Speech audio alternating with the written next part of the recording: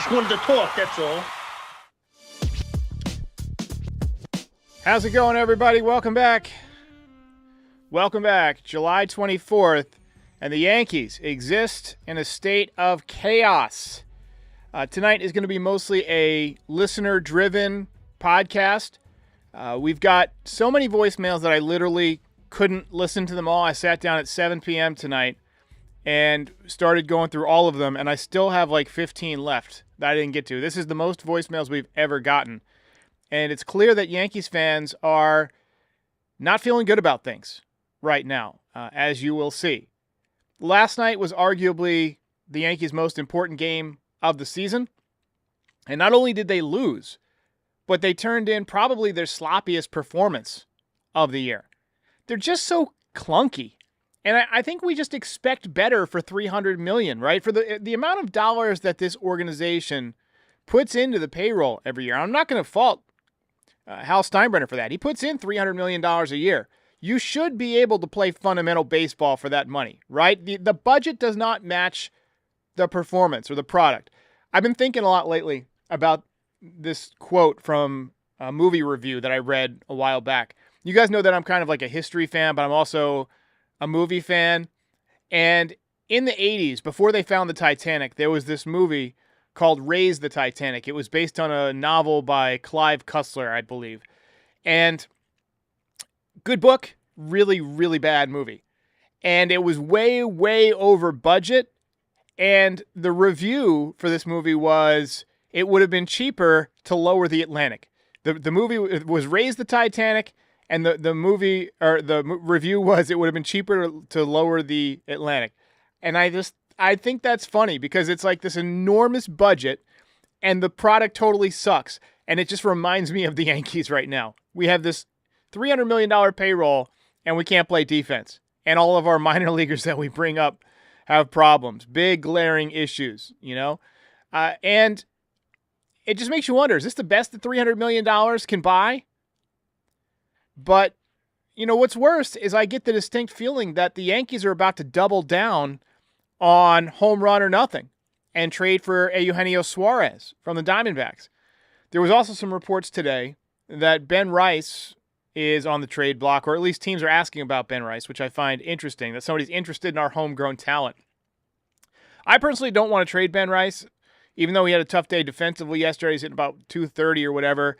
I think he's got a bright future as a hitter. I think you trade him, he becomes a perennial 35 home run guy.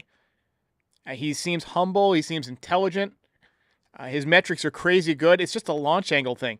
But according to Joel Sherman, whom I trust about as much as anybody who covers the Yankees, other than maybe Jack Curry, you know, a lot of teams are interested in him. And they're interested in him as a catcher, which is interesting.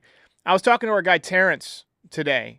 We were reminiscing on a pretty successful podcast last night, despite the Yankees' tough night. We had over 24,000 views. We got a bunch of new subscribers, so welcome to all of you. But we were talking about it, and he's into the retooling at the trade deadline thing. Like, he wants to go out and get some major league pieces. And I'm leaning more into we should sell. We should sell. I mean, it would suck to give up on the season 2 months early. And Cashman never does that. I mean, 2016 was the last time I can remember him selling. But long term for the Yankees, I think it's a better move. And then you got to get rid of Cashman and Boone after the season for sure. I mean, that's just obvious. Trade Grisham, trade Devin Williams. See if you can get anything for Anthony Volpe. Maybe even Paul Goldschmidt. I'm not above trading Austin Wells if you think you can get something for him. I bet you can get something for Carlos Rodon. Maybe help you trim some payroll to reorganize this roster a little bit. I know he's pitched great. That's why you trade him. Teams will want him. You might be able to get something for him. Have people bidding on one of our guys for a change. Have prospects coming in instead of going out. If I were Brian Cashman, I would trade anybody that I could get a quality AAA prospect who's on the cusp of making the major leagues for. Anybody who has a reputation of being fundamentally sound, who has a reputation of having a high baseball IQ, maybe some guys who are contact-oriented, who don't strike out that much. I know that sounds like a lot, and it doesn't sound like an exciting deadline, but I think if you're a true Yankees fan and you recognize that you want the team to get back to what it was when it was great, you've got to change the style of play, you know? And I'm not talking about trading for somebody with legendary bat speed like Clint Frazier who didn't know how to play baseball. I'm talking about playing or trading for actual baseball players. The type of guys that winning organizations need to develop and that the Yankees do not develop. They've built their entire system around hitting for exit velocity. That is clear.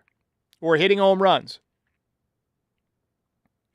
I'm not sure there's a stronger correlation than what we see right now. These guys come up with these massive exit velocities, you know, and they can't do anything else. And it's not just the minor leagues. It's guys we bring in. It's like all they care about is how hard you can hit the ball and not how well you can hit, not how well you can field, not how well you can run the bases. Now, I don't think there's as strong a correlation between exit velocity and winning as you think. I think it comes down to baseball. I think it comes down to quality play. There was a great comment, I think it was the top comment on the video last night, that said in that series, the Yankees hit 7 home runs, the Blue Jays hit 1. The Yankees made 7 errors, the Blue Jays made 1. And that's all the difference. So, you know, maybe with more home runs, you make the playoffs more often. But I think with a more well-rounded team, you have a better chance when you get there. You know, mix in some power hitters. You know? By the way, Spencer Jones hit 3 more home runs today. 3. He's got 13 home runs in like 19 AA game or AAA games. Insane. Anyway, dude's on fire. But things are not looking good for the Yankees. They're 56-46. They're in second place, but falling. They've lost 2 out of 3. They lost 3 out of 7 to the Jays. And the sloppiness has been awful. We're seeing more and more fans call for Aaron Boone's head. And a lot of it is due to his, not only like the lack of accountability towards players and the repeated mistakes, but the way he just hand waves the media, right? Communications is a huge part of the managerial job. It is a huge part of the job. And like I said before, New Yorkers have a very finely calibrated bullshit detector, and we're not going to listen to BS from this guy anymore. We're done with it. We are finished with it. Right? It's all right there in front of us. So, let's take some voicemails real quick. We got a bunch of them. It's just a reaction. I'm going to start with Steven from Italy. Hi, Derek. It's Stephen from Italy. I wanted to bring up 2 big things. The first is a point that TK made on your program last night about the organization, the Yankees, not respecting the fans' opinions. And pardon me for being a little intellectual because I was a college professor for 30 years, but there's a dialogue by Plato where there's a debate between Protagoras and Socrates. Protagoras defends democracy against Socrates, who wants experts to run everything. And Protagoras says, well, yeah, an architect, knows how to build a house, and a chef knows how to cook, but shouldn't the person who has to eat the meal or live in the house have a say in whether it's any good? So the fans have a right to an opinion. The second thing is that why I think the Yankees are so married to analytics is that they had organizational trauma when they lost to Boston in 2004, and for a couple of years they tried to just compete with money. But then some analyses come out, like in the book, about Joe Torre or by Joe Torre, the Yankee years, that said that the Yankees fell behind in analytics. So then, like generals, they'll say that generals are always preparing for the last war. The Yankees went all in on analytics as a response, and they're still there preparing for like the 2004 war with Boston, reacting to that trauma, where analytics is all they know. So it's basically, we know this player can do this or does this thing, we have talent, and they've forgotten all about, fundamentals. But, remember that Derek Jeter knew to be where he was on that great play, where he made the toss to Posada. I mean, the difference in that team and the team today is incredible. Anyway, keep up the great work, and let's, hope something changes. Bye.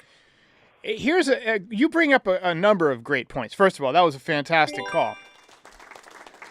Who is the fundamental leader on this team? Judge is the, ceremonial leader, right? He's the captain. He hits all the home runs. He puts up the enormous MVP numbers, right? But he's an outfielder, right? It's not that fundamentally challenging to play the outfield. I mean, look at Dominguez, maybe it is, but who is the guy on this team? And typically it would be the shortstop or the catcher. And, the shortstop is not good defensively, and the catcher's young, and other than framing, he's not that good defensively, I don't think. He's got no arm, and we've seen him make some bonehead plays. I don't know if they have like a guy who's driving the defense to get better, either on or off the field, right? You've got to just have these type of leaders, and the Yankees don't have one. You mentioned the 2004 Red Sox. They made an interesting trade that year where they dealt Nomar Garcia-Parra away. They sent some other guys away. They brought in Doug Mankiewicz. They brought in Orlando Cabrera. Good defensive players, good ball players, fundamentally sound guys.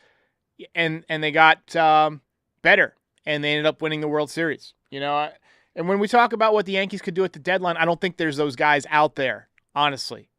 So I think we're going to settle for Eugenio Suarez. We're going to trade some prospects that'll come back to bite us, I'm sure. Derek, I'm calling in after seeing the video of Spencer Jones going deep 3 times in one day in AAA. And I think it's time we have to start talking about, do we send Jason down and bring Jones up? Offensively, Jason's been great. He's a above average hitter, but defensively, by both defensive runs saved, out above average, he's been a worse defender this year than Soto was last year. This team needs a spark. I might be trying to call up Jones, see what he can provide. Can he be even average defensively? If he can, that might be an improvement over Jason, and it gives the kid... I appreciate the call. All the way from Ireland, it sounds like. So first of all, I'm not an advocate of sending Jason down. I think Jason's too good of a hitter for AAA. I think he's had some ups and downs in the major leagues, but he's shown improvement. He's shown enough improvement that I want to stick with him. Defensively, he needs some work. Now, Jones is an excellent defender. Okay, he is supposedly a world-class defender. So if you do call him up, you will improve defensively. But he's a center fielder. I think there's a non-zero chance that they trade Trent Grisham and bring up Spencer Jones. At least it would inject some youth and some life into the team. But if you look at all the home runs that Jones has been hitting, a lot of them are off of like AAA guys that have 5 and 6 ERAs that somebody pointed out in the comments this morning. I didn't know that, and I looked at it, and it's just like he's hitting home runs off a lot of bums, Damn bum, you know that? Bum. My bum is on the Yankees. Here's Steve from Maine. Yeah, hi, Derek, Steve calling from Maine. As if we didn't have enough to get pissed off about with the Carlos Narvaez giveaway to the Red Sox, take a look at the Milwaukee Brewers third baseman.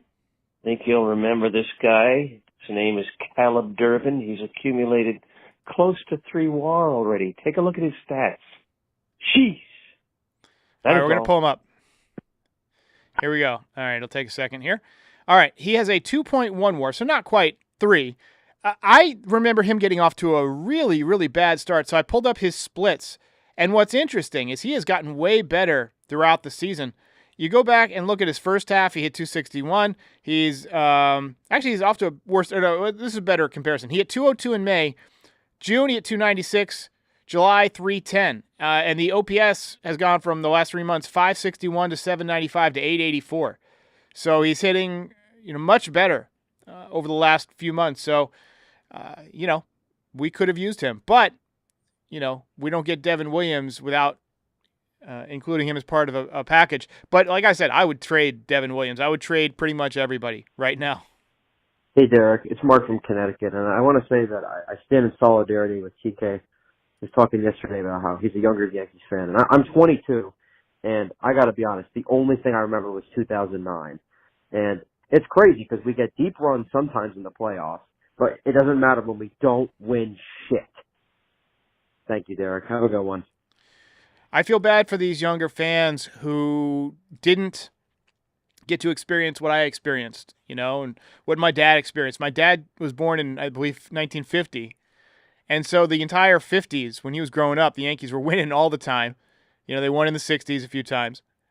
Won a couple of times in the 70s, like every decade except for the 80s. I was born in 83. So the Yankees didn't make the playoffs until I was 12 years old. When I was 11 in 94, they were in first place when the season ended, and this is all part of the book that I'm working on. It's going to be a little bit delayed. I've been super busy and I haven't gotten as much, but it's still coming. It's still getting worked on in small amounts. But 96, I was 13 when they won their first one of my life, and they won 4 more after that. So I feel, blessed. A lot of fans don't get to see their team win 5 World Series, and so I just feel bad for the younger fans who don't get to experience, this kind of success. Yeah, second message. There's way too many 200 hitters. I don't understand why guys like Beavis, they don't belong in the majors, why they're not sent down. And they've got better AAA players. Bring them up like some of these teams. That's the organization's fault. You're not going to win with that kind of lineup. What's interesting is there are not many 300 hitters left in baseball, and the jump from AAA to the major leagues is enormous. We've seen a lot of guys hit 300 in AAA that can't do it in the major leagues. So it's not as easy as you make it sound. There's, I believe, only one 300 hitter in the National League, 1 or 2 right now. Hi, lifelong Yankee fan, and you're right. Boone, I think, has to go. He ain't going to motivate anybody like a good manager should. And what beats the hell out of me is, why aren't you playing your A players? Why is Rice at first when you have a Gold Glove Goldsmith? Why is Escara behind the plate? You play your best players in big series, and Boone fails to do that. Yeah, it's a good point. I mean, the bottom third of the lineup yesterday was pretty awful. I got to grant you that. Hey there, Blue Jays fan here in Toronto, watching your YouTube channel. Love it. It's great to get a different perspective from the other team. Look, I don't think your Yankees team is terrible. I know it's the same pressure we put on our Maple Leafs because we're so proud. That's our team. Yanks is your team. But I have to say, your Yankees are not that bad. It's just that for some reason, we got your number here in Toronto. It's our team just makes your team look bad. But you play pretty good ball. Wrong. All right, I'm just going to go ahead and trump you there. Wrong. There's a lot of things wrong about that. We're not a good team.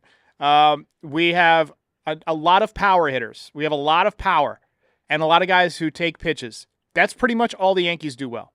They got a couple of decent starting pitchers who are not at their best right now because we're getting into the dog days of summer.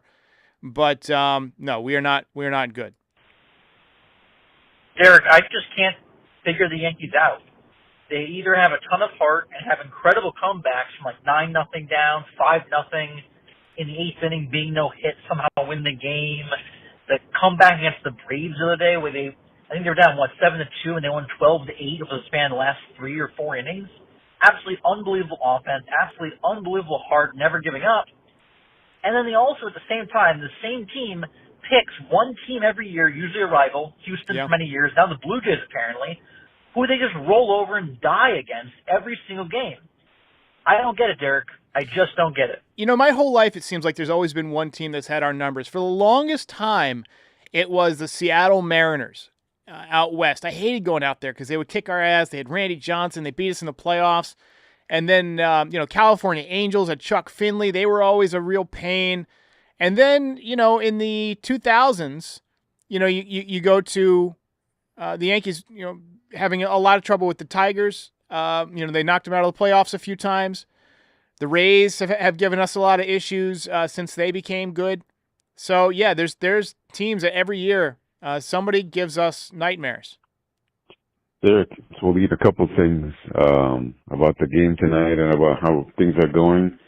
I was just watching your recap after the game, and you're asking Terrence what the problem is and all that stuff, and you said no matter who they bring in, no matter what players they bring in, the defense sucks, the sloppy play is always there. I mean, you're answering your own question. What is the constant? It's Aaron Boone and his style of management and his being buddy-buddy with the players and him being a yes man to the analytical department. He is sorry. They will never win a championship with a coach like that because he doesn't hold anybody accountable. He wants to pat everybody on his back. Volpe has the most error in the league, and he tells the media he's elite. That's a sucker. He's a sucker. I appreciate the call, man. Good call. And I've had it with Cashman, too. I mean, 26 years is a long time, or 27 years. That's a long time to be a GM in professional sports. I feel like he might have gotten a little bit too comfortable. Let's get some fresh blood in this organization. I like what they did with the beards. Like, that was a sign of advancing with the times. But at that press conference, Brian Cashman said, well, we're like an aircraft carrier. We got all this size, but we move very slowly. Well, maybe it's time to get a speedboat in here. Yeah, hello. I just got to say, I feel bad for Judge. I really do. I'm afraid that he may never win a ring in his career. And it's like everything he does, any records he sets or breaks, is all going to be for nothing. All his statistics and records are going to be for nothing if he does not win at least one World Series. And I'm really afraid the guy is going to end up being the Dan Marino of baseball. I think that's pathetic. I can understand why Soto bailed out. I appreciate the call. Dan Marino of baseball hurts because I met Dan Marino. I like Dan Marino, and I wish he could have won a Super Bowl, right? Great arm. So we've got, let's see, 1, 2, 3, 4, 5, 6, 7, 8, 9. I got 10 more voicemails, but I have to run an ad. So here's a quick word from the guys at Foul Territory, and I'll be back in 60 seconds to finish off these voicemails. Time for a quickie break. Todd Father and I are going to tell you about Huel, but it's mostly going to be Todd Father because I'm going to take a sip. Well, we're talking about Huel, 27 vitamins and minerals. It's a complete meal. Let's listen. We all have busy schedules. As Scott's sipping it down, it looks delicious. It tastes delicious. When we're on the run, we need something to eat quick. And guess what? Huel is there, all different flavors. Scotty loves them. I love them. And I love how variety-packed it is, and we can eat them any time of the day. That's right. Yeah, check out the website. There's bars. There are so many different flavors. I love the black edition. Chocolate, 35 grams of protein. There's strawberry shortcake, coffee caramel, cookies and cream. I can go on. And you get yourself 15% off if you're a new customer using the code FOUL at Huel.com/foul. Please see our description for the terms and conditions. Skip the stress, not the nutrition. Try Huel today for complete nutrition with the code FOUL at Huel.com/foul. All right. Well, we got a bunch more voicemails to get to. Let's start with this call. And if you want Ivan and Joey, if you watch the Billy Martin special on Netflix, that's how you manage a game, not the way Boone manages. Wait a second. Hang on. Let me stop the music. I've got to ask a question here. There is a Billy Martin special on Netflix that I am unaware of. I just got this call today, and I rarely have an evening off because I do the post-game show after every single game, and when I'm not doing the post-game, I either do one of these or I go out with some friends or I, sit out back and have a fire. But if there's a Billy Martin documentary, I have got to watch that. So if somebody knows what it is, go ahead and ping me in the comments. What is up there, Jake Mastriani in Connecticut? If I'm GM for the day, right, for the New York Yankees, what do you think about moving Dominguez for anyone? I don't know what his value is at the moment, but I mean, if he leaves the package for a Jose Ramirez type player, then you call up Jones and you let the guy play in left field, trade Grish. Well, we don't need the offense. He clearly has the upside, but if he strikes out a lot, who gives a shit? The guy's an incredible outfielder, and he's clearly doing something right down in AAA. 11 home runs now. 13 home runs now. 3 home runs today. Plasma says, championship teams have pillars to build on. Judge and Fried are the only pillars we have. Everything else is a question mark. It can still work out, but Cash needs to do better. I don't know if it's going to work out this year, man. I've been watching baseball a long time. I mean, I've seen stranger things happen. I don't see the Yankees getting through the playoffs this year. Maybe they'll get to the playoffs, but if they get past the ALDS, I will be... Let's just say I'm going to have my 5 Yanks who won't be back video ready to go by the end of the first round.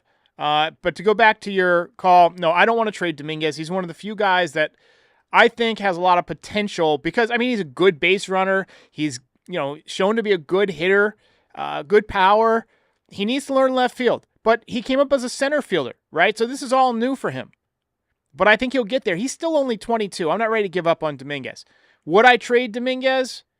Probably not. Unless it was, you'd have to give us somebody like O'Neal Cruz or like somebody really, really good, and I don't see that happening. Here's Jaden.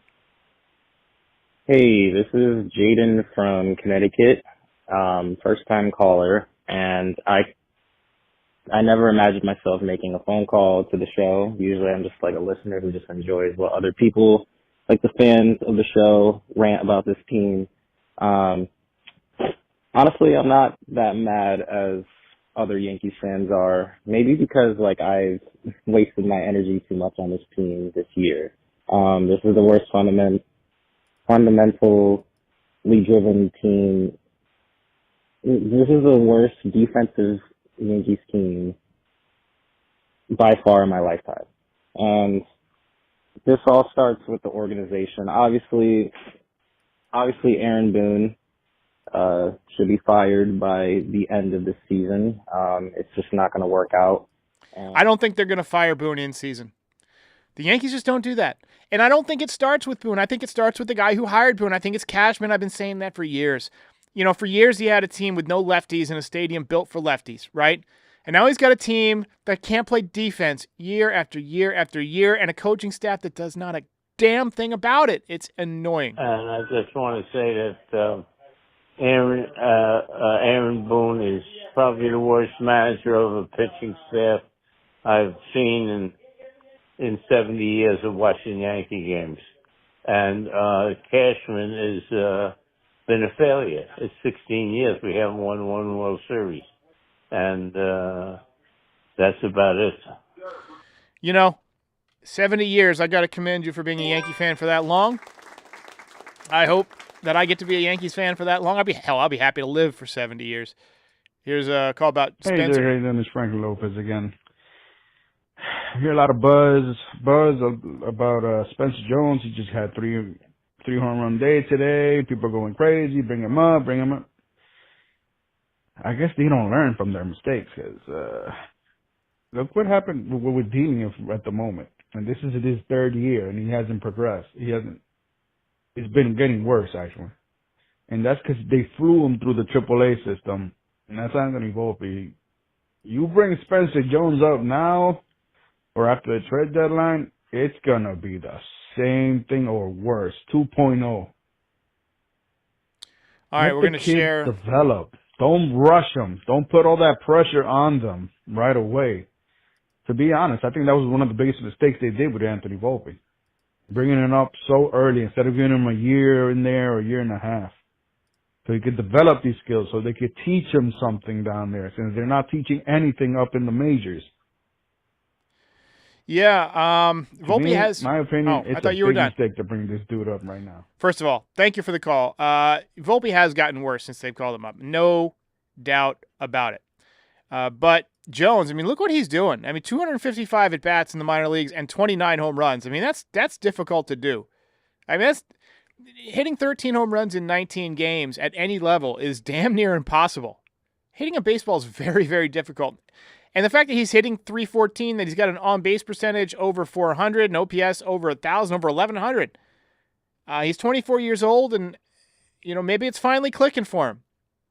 I don't think the Yankees are going to deal him. I think we're going to see him in the outfield. And just a few weeks ago, a month ago, before he changed his stance, I was thinking, he might be a bust. I don't know if we're going to see him. He might be traded.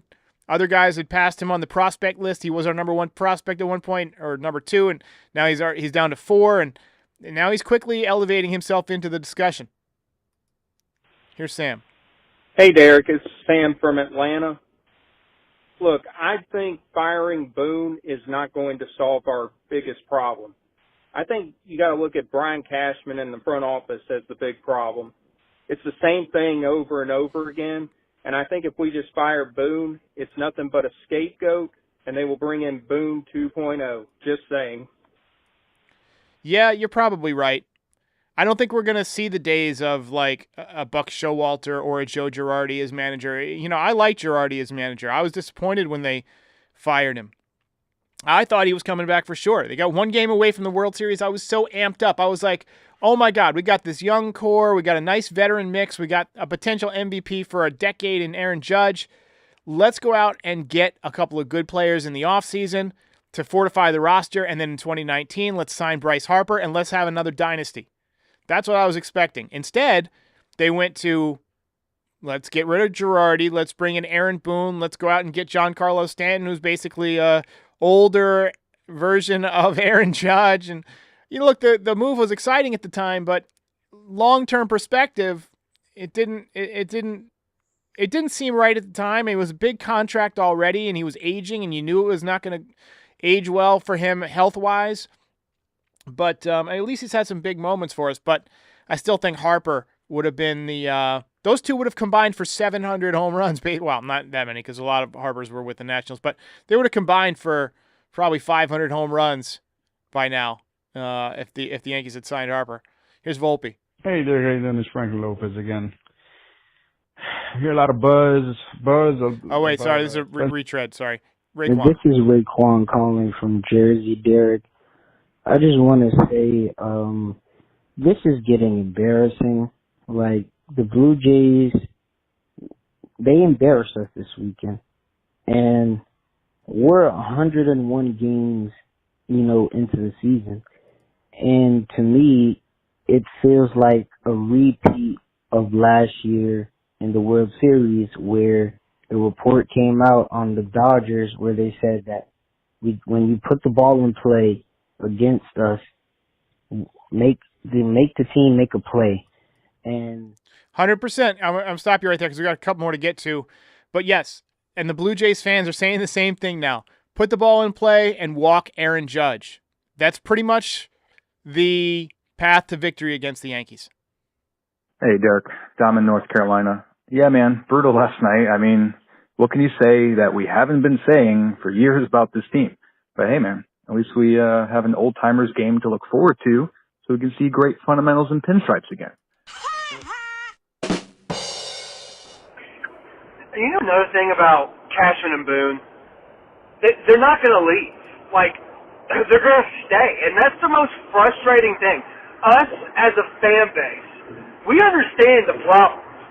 We've been pointing it out ever since the past, I feel like 7 years. They don't have structure defensively. They don't have an offensive game plan other than hitting bombs and getting under the baseball. To a certain extent, that's correct. But so yeah, I'm gonna agree with you. I saw a video today that John Boy posted back in 2018, back when he was still doing stuff in his living room like I do, and he basically was complaining about the same shit with Boone that we're complaining about now, and it was stunning to watch. It made me laugh. I was just like, oh my God, things. The more they change, the more they stay the same. Ladies and gentlemen, we'll be back tomorrow. Yankees versus the Phillies. It's going to be on Apple TV. So if you don't have Apple, good night to take a Friday night, go see a movie or something. Not going to be an easy matchup for the Yanks. But ladies and gentlemen, I will see you tomorrow. Have a great evening. Thanks for calls. Thanks for all the people who watched live. And visit nydesigns.shop. Help us out with the merch. We'll see you next time. If you made it this far, do us a favor, hit the like button, hit the subscribe button, and join our community. You can also be a part of the show by calling in at 718-899-1068. Also, part of the way that we maintain and fund all of this is through nydesigns.shop. Check it out now. Get all sorts of fun Yankees merch, hats, hoodies, zip-ups, beanies, mugs, you name it. We've got it. Check it out, nydesigns.shop. And check out Pinstripe Territory on all your favorite podcast platforms. We are the official Yankees podcast of the Foul Territory Network. We're here for post-game shows after every single game, and we're here before a lot of games to talk about the game, preview the lineup, the pitching matchups, and things like that. And we're here all off-season to talk about the latest in Yankees rumors, news, etc. Join our community. We'll see you next time.